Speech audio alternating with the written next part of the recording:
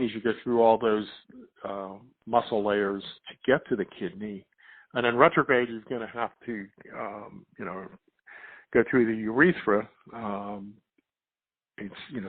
Put a cystoscope in, go through urethra and cannulate the ureter. I think actually probably the intra-arterial, of the three,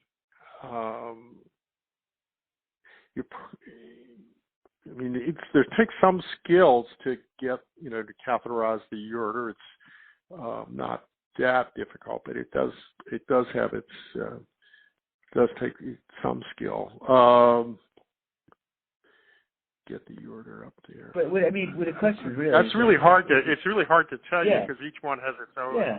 Its own. But let me say all three are relatively invasive, so no one jumps out as that's slam dunk. That would I would pick that one over the other three.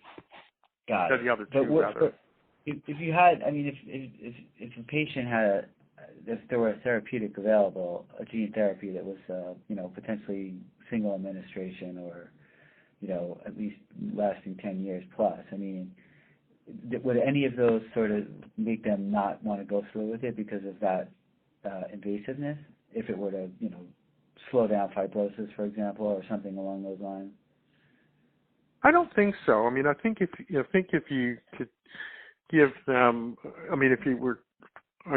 obviously it all plays out to how successful you would be and how often you'd have to do it. In other words, if you did it today, how long is that effect going to be? Is it going to be for weeks, months, or years? I don't think if you could give somebody a relatively good chance of improving their disease and it was somewhat long lasting, say months at least, or perhaps hopefully years, I think people would accept that. It's because all three procedures are pretty standard. It's not like people have those done every day. I don't, in terms of a kidney biopsy, putting a needle into the kidney, most people are pretty, I haven't had many people, if once you say the reason for doing it, people say, no way. Similarly for the other two, so. Right. Okay, thank you. That's helpful. And so what about if we just go through these one at a time, these indications. So AKI, something acute like that. Does gene therapy make sense? Is that something that could potentially make sense, or a virus that's sort of permanent versus an antisense or something along those lines? Any opinions about the opportunity in AKI? Not off the top of my head. It's caused by, obviously there are a new number of causes and they may have somewhat different pathogeneses.